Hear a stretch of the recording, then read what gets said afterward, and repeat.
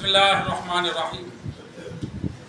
हज़रत अबू हुरैरा रज़ी अल्लाह ताला अन्हु रिवायत करते हैं कि आप सल्लल्लाहु अलैहि वसल्लम ने फरमाया, तीन बंदे ऐसे हैं, अल्लाह तबारक व तआला फरमाता है मैं क़यामत वाले दिन उनसे झगड़ा करूँगा।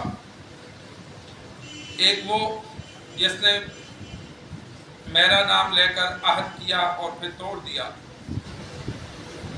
दूसरा वो जिसने आज़ाद को बेचा और कीमत खाई,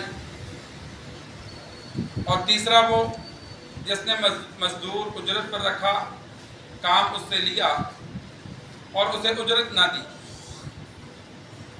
सरकार दो आलम सल्लल्लाहु अलैहि वसल्लम ने फरमाया, अल्लाह तबारक व तआला इरशाद फरमाते हैं, तीन बंदों के साथ क़यामत वाले दिन मैं झगड़ा करूँगा, यानी उनके मद्दे मुकाबल मैं खुद हूँगा। और जिसका मुकाबिल अल्लाह की ज़ात हो तो इस बात की तरफ इशारा है कि उसकी पकड़ सख्त है। बड़ा गुनाह है। जिस तरह सूद में अल्लाह तबारक व तआला ने फरमाया जो सूद खाता है वो अल्लाह और उसके रसूल के साथ ऐलानी जंग करता है। एक वो कि जो अल्लाह के नाम पर वादा करता है, जिस तरह अक्सर आदत होती है, यार अल्लाह गवाह है, यार अल्लाह तो देख रहा है, मेरी बात मान ले, इंशाअल्लाह वादे पर तुझे रकम वापस करूंगा, कर्ज लेता है या कोई और माहिदा करता है और बीच में अल्लाह को जामिन बनाता है, गवाह बनाता है, रब का तज़किरा करता है। अगर रब का तज़किरा ना किया जाए, मुतलक बात की जाए, मुझे कर्ज दे दे मैं वापस कर दूंगा, उस अगर नहीं करता वक़्त पर या कोई और वादा करता है पूरा नहीं करता, उसका गुनाह कम है। रब की ज़ात का बीच में जिक्र करके फिर वादा किया और तोड़ दिया, उसका गुनाह ज्यादा है। अल्लाह ने फरमाया क़यामत वाले दिन में खुद मद्दे मुकाबिल होगा। ऐसे वादे को पूरा किया जाए, बल्कि हर वादे को पूरा किया जाए। अगर किसी वजह से पूरा नहीं हो सकता तो अगले को पहले इत्तला दे दी जाए। जो भी वादा है वक़्त पर पूरा नहीं करना या बिल्कुल ही नहीं करना तो अगले को बर वक्त इत्तला दे दी जाए कि यार तेरे साथ मेरा ये मुआहिदा था लेकिन हम नहीं चल सकते, तो अपना बंदोबस्त कर ले। रकम देनी है तो पहले बता दे, अभी कोशिश की थी नहीं हो सकी, महीने बाद दे दूंगा, 20 दिन बाद दे दूंगा, पहले इत्तला दे ताकि अगला भी परेशान ना हो। दूसरा, आप सल्लल्लाहु अलैहि वसल्लम ने फरमाया जो आज़ाद को गुलाम बनाकर बेचता है, कीमत खाता है। पहले दौर में जंग के कैदियों को गुलाम बना लिया जाता था।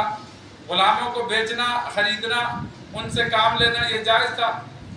तो बाद लोग देहातों से बच्चे उठा लेते या किसी को पकड़ कर ले आते, कमज़ोर होता तो दूसरे इलाके में बेच देते कि ये मेरा गुलाम है, तो वो अगला गुलाम समझ के खरीद लेता और उसको फिर गुलाम बना के रखता। बच्चा उठा के दूसरे इलाके में भेज देते कि भाई ये मेरी बांदी का बच्चा है, ये गुलाम है, लोग खरीद लेते। तो आप सल्लल्लाहु अलैहि वसल्लम ने फरमाया आज़ाद को गुलाम बनाकर बेचना ये सख्त गुनाह है। अल्लाह ने फरमाया क़यामत वाले दिन मैं उस बंदे के मद्दे मुकाबिल हूँगा, मैं उससे झगड़ा करूँगा। आजकल तो गुलाम नहीं बनाया जाता, लेकिन मुख्तलिफ मकासद के लिए बच्चों को बेच देते हैं, बच्चियों को बेच देते हैं, अगवा करके बेच देते हैं। ये जायज़ नहीं है, ये सख्त गुनाह है। और इसी तरह आप सल्लल्लाहु अलैहि वसल्लम ने फरमाया तीसरा वो बंदा जिसने मजदूर को उजरत पे रखा और उसकी मजदूरी ना दी।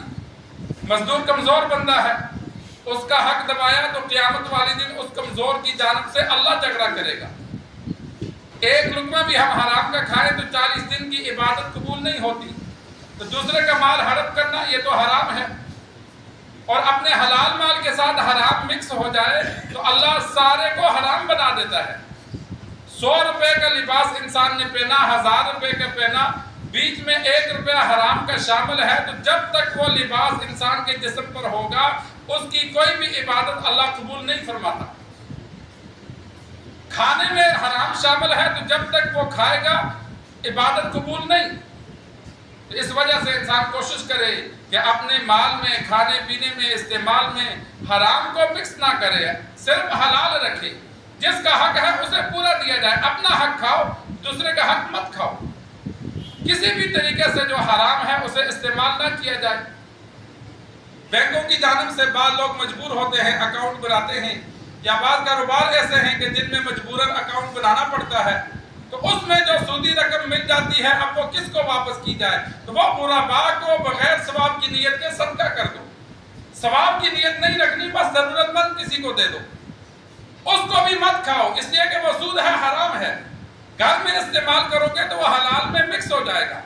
بے امر مجبوری جو اکاؤنٹ بنانے پڑ جاتے ہیں، پہلے تو کرنٹ بنایا جائے، لیکن کرنٹ کے علاوہ ایسے اکاؤنٹ بنا دیے جن میں نفع ملتا ہے، تو اس نفع کو پھر ضرورت مندوں میں بغیر ثواب کی نیت کے انسان تقسیم کر دے، اپنے حلال مال میں اس کو شامل نہ کرے۔ اگر وہ حلال مال میں شامل رکھے گا تو وہ حلال اور حرام مکس ہو کر بڑا نقصان اٹھائے گا۔ اللہ سے دعا ہے اللہ ہمیں دین سیکھ کر سمجھ کر ہر برے عمل سے بچنے کی توفیق عطا فرمائے۔